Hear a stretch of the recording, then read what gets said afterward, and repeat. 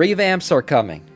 They're coming fast, they're coming in your face. Close your eyes. They're gonna be here because we already know. Blizzard's confirmed. Northrend revamps are coming. Silvermoon is in fact getting completely rebuilt. Gonna probably be a hub city. I'll put money on that one. But what we didn't expect was revamps of recent expansion zones as well. All BFA zones getting updates. New Zandalar, Kul Tiras, Nazjatar, and Mechagon? Interesting. Let's see what Doran, the teller of many truths, has to say. Update was just brought to all the Isles of Azeroth, and none of this is speculation, as a book was recently released updating all the BFA and even Dragonflight zones and how they're doing in the present day. Zandalar has been mostly rebuilt with new cities created and the trolls rebuilding their army, but our trolls have been entirely removed. Kul Tiras, on the other hand, went on a crusade to eliminate their enemies, and they're going to do crazy efforts to rebuild their manpower as well as their gigantic navy. Furthermore, we learned that the Naga of Nazjatar have gone into civil war. The Mechanomes are still transforming regular people. However, interesting enough, we even got an update for the Dragon Isles, the Vault of the Incarnates, and what the Dragon aspects plan to do with Ridicron in the future. There is so much to unpack here, so let's cover all the updates we have gotten. Where the hell is Ridicron? I just remembered him after Doran just brought this up. What the hell? Where has he been? He went through the portal, we never saw him again. And he was talking all this shit. He gave her the dark heart. He was talking about... I guess I bet you Ridicron's not going to show up till the midnight, maybe towards the end of the midnight expansion, because his end goal is to kill the Titans, right? So he's going to wait to reappear until the Titans show up, and that's probably not going to happen until near the end of midnight. He's drinking tea, maybe. By this point, if you're building a website and want to register a domain name, there is no better option on the market right now than porkbun.com, this video sponsor. Named as the #1 domain register for 2023 and 2024 by USA Today, Porkbun is refreshingly different than GoDaddy or Namecheap, with much more to offer. They've got the lowest prices on hundreds of different domain extensions, plus powerful web and email hosting options, Samiccus.com, combined with amazing support. They've got everything from .com to taken. .dev, .pro, etc. Every domain name from Porkbun comes with tons of freebies like SSL certificates, WHOIS privacy, DNS, URL forwarding, because why should you pay for something that should be free in the first place? They also got AI-generated search features using ChatGPT, changing the way people search for domain names, as well as a really simple user interface with zero upsells. So there's never been a better way to register a website and domain name. Click my link in the description below and you will get $1 off your first registered domain from Porkbun. Build your own online identity.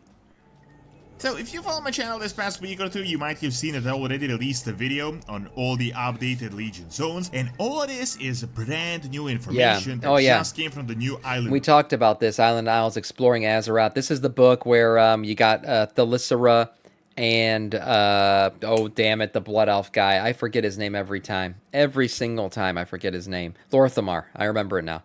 Yeah, they're going on their honeymoon, basically going to different places in Azeroth, finger popping each other, having a good time. And as they do, there's a ton of lore updates. Every city they go to, there's like some kind of changes going on. So now it looks like these changes are going to get implemented into the game. The most interesting one to me, the Suramar update. Supposedly, in the book, it says that Suramar is expanding beyond those bubble borders that originally existed when we were playing in Suramar.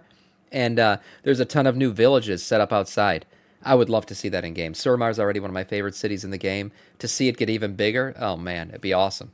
Book of the Exploring Azeroth series. This one is actually really big compared to the previous books, and I had to actually split it into 2 videos because there is so much information to cover from all the various zones. All this is based on Lorthamar and Teresa's honeymoon and them visiting these various isles. In the previous part, we talked about the Broken Isles and the surrounding areas. However, in this one, I want to cover the updates to the BFA zones. Zandalar, Kul Tiras, Nazjatar, Mechagon, and interesting enough, they even updated Dragon Isles, so we even know what is going on there, despite the fact that we were in the Dragon Isles only a few months back, but story-wise, more time has passed. So without wasting more of your time, let's start with Zandalar and what we know is going on since the last time we were there. Zandalar is the heart of the troll civilization, the overall troll civilization. What did you guys think about Zandalar? I actually liked Zandalar a lot. I do. Okay, the flying up and down got annoying after a while. If you played Horde at that time and you had to go up and down in the city constantly. But like the aesthetic, the music, Zandalar as a whole, it felt like a big city. I thought Zandalar was really pretty. I enjoyed Zandalar and my time in that city.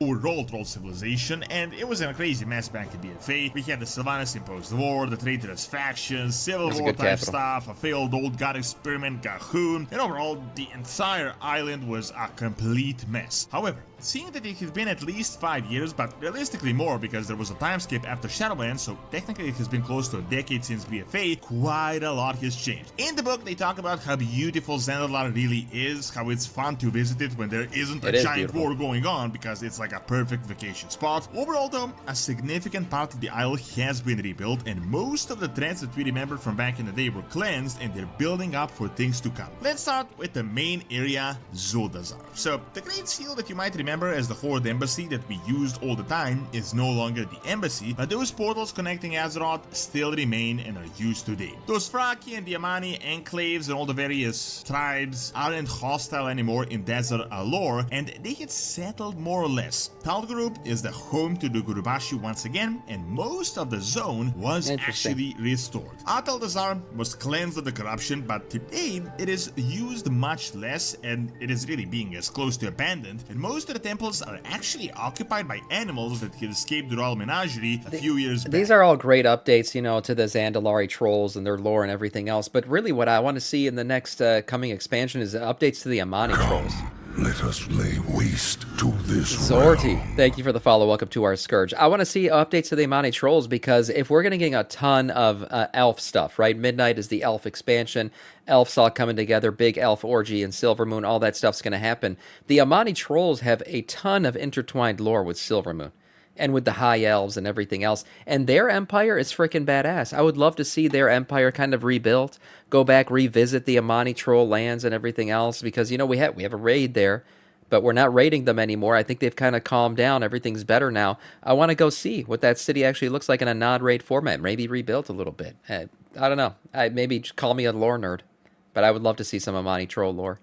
The Temple of Rezan is no longer really a temple and a site of worship, but it is mainly a memorial to Rezan and Rastakhan. By the way, Rezan is actually united with Vol'jin's spirit. We also need updated Amani troll models. Yeah, for sure, Sendo. Something may be cooking there in the background, as Vol'jin is set to return at any point in time, potentially as a law as well. The Temple of the Prophet, on the other hand, is now a plant nursery. It has been built in a Pandaren style. Overall, though, most of the threats have been cleared out of Zuldazar. The city is functioning as a pretty significant trade hub, and the Zandalar seem to be rebuilding slowly but steadily. On the other hand, we have Vol'dun, which is the Valpyra zone, and here much has changed as well. It is said that it is less humid now than it was back in BFA. The Tortaka still worship the Loa Kimball, but they also started to accept trolls and the Setrak. The Temple of Cetralis has been reclaimed by Remember when we thought the Setrak were going to be an allied race? I really thought there was a possibility they could.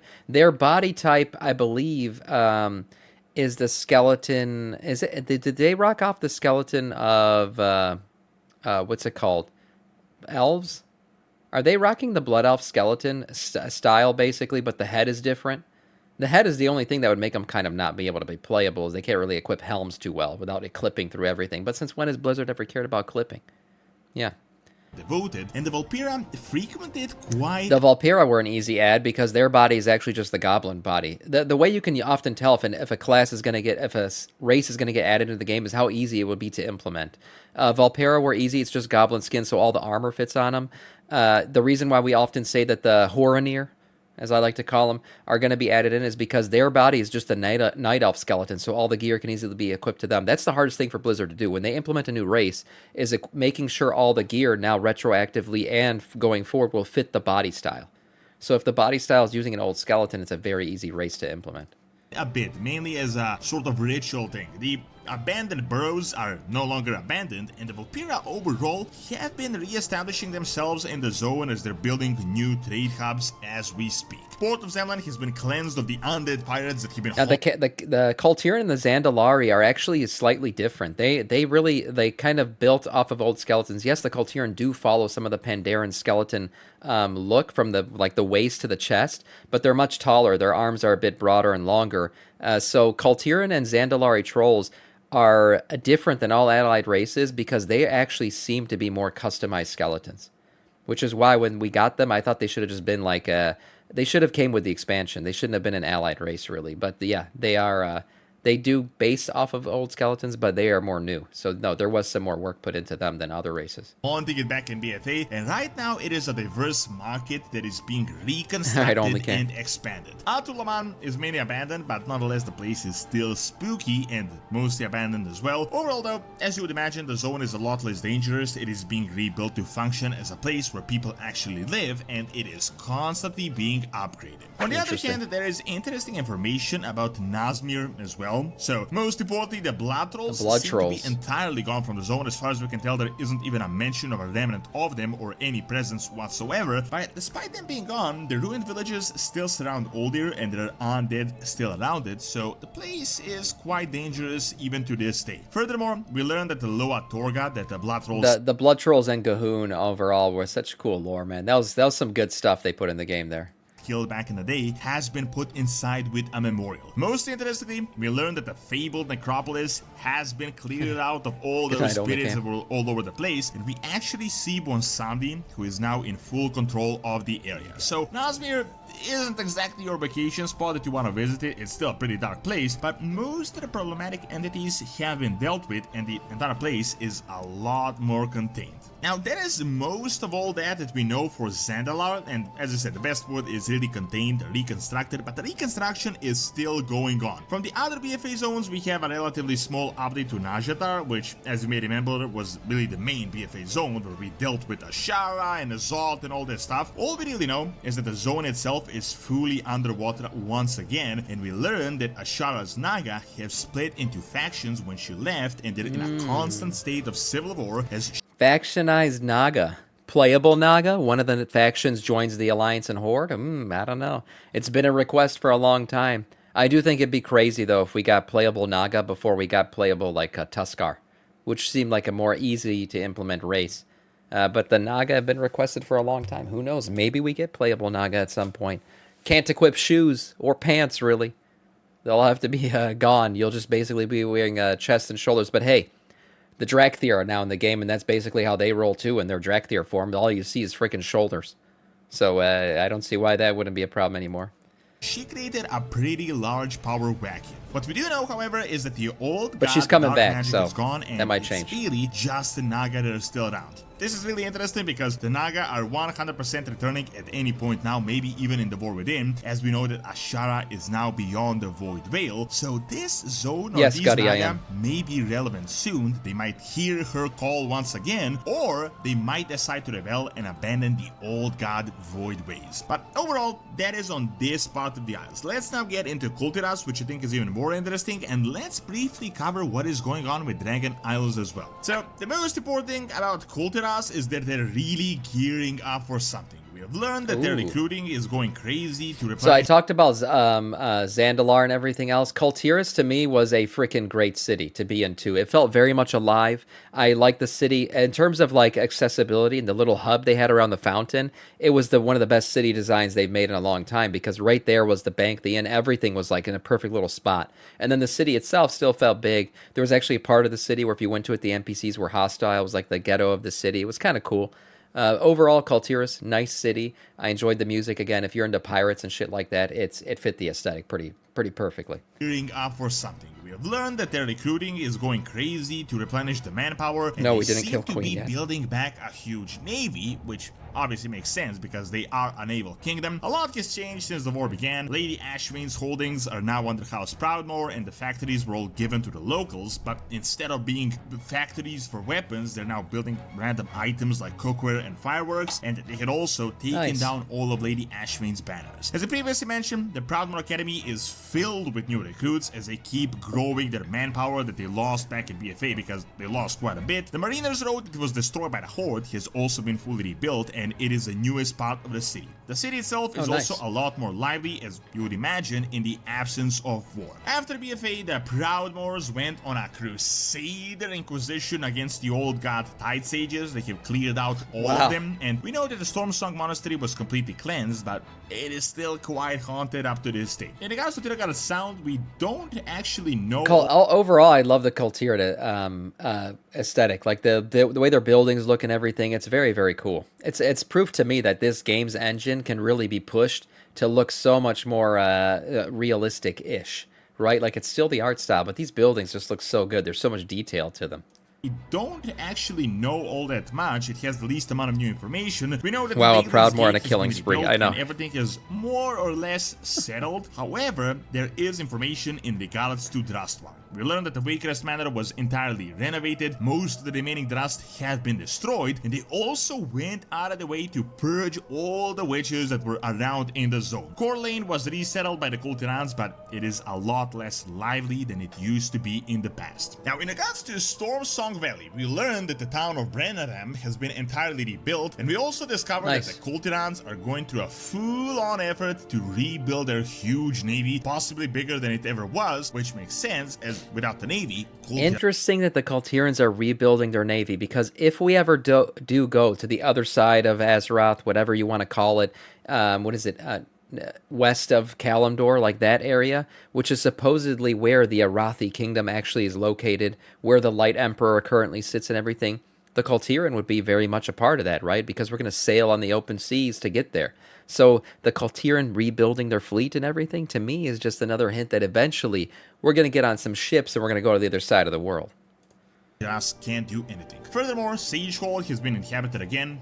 Warfang Hold, the Horde base in Stormsong, interesting enough, is still there. The buildings are still around. However, we learned that upon the orders of Bane, the base is completely empty and it has been decommissioned and it is no longer used by the Horde. Why the buildings are still there, we don't really know. Furthermore, we know that the drowned lands have grown significantly and have been turned into farmlands. Shrine of the Storms no longer has any traces of dark magics, and right now it is fully owned by uncorrupted Tide Sages. So overall, from the Kul Tiras side of things, it happened as you would imagine. The local threats mainly dealt with. The place is a lot safer than it was. Kul Tiras has been full on rebuilding and expanding their cities as well as their military through the past decade. Lastly, we also have Mechagon that received a status update in the Mechagon. Mechagon's got potential, but I didn't enjoy my time in Mechagon, and I'm disappointed in that Mechagon, the real city itself, was just an instance. It would be like we finally got Undermined, but it was just an instance city that we go through rather than an actual in-game city like they're giving us.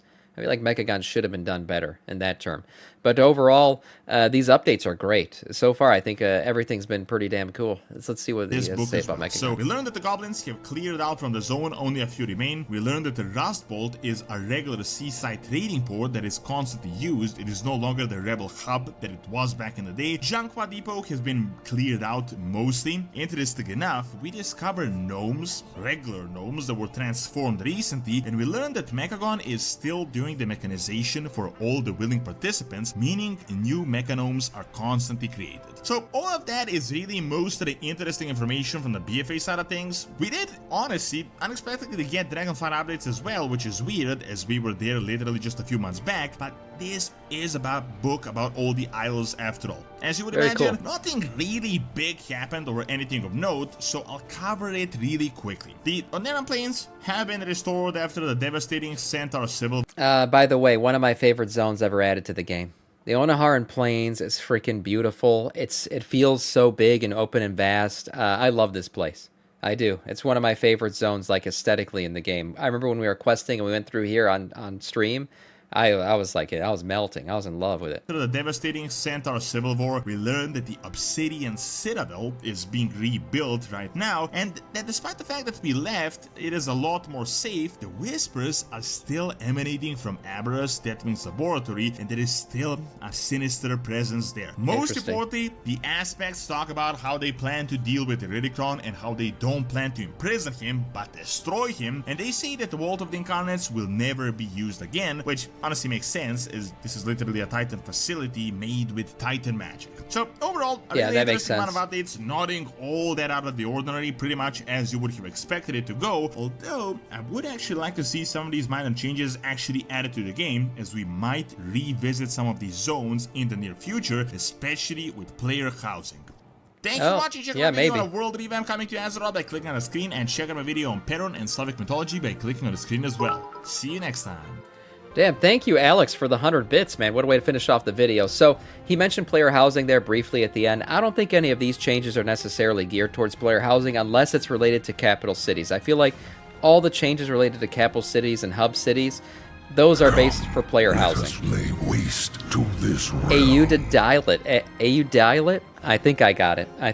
Thank you so much for the follow, man. Welcome to our Scourge. Changes to hub cities, probably related to the player housing stuff that we're going to be getting, which to me is good. I want to see player housing in hub cities and capital cities. I think that's where it belongs. That's how you keep the game feeling alive. Other than that, these changes are great. I love to see Blizzard go back and do story updates to zones because it makes the whole of Azeroth feel alive. And at the end of the day, Azeroth, let's be honest, is the main character. The planet itself, the zones, they're all part of the experience that we've had in this game for a long time. So when they update them and change them as we get past things, it just makes everything more immersive, makes it feel more alive. A nice video here from Doran.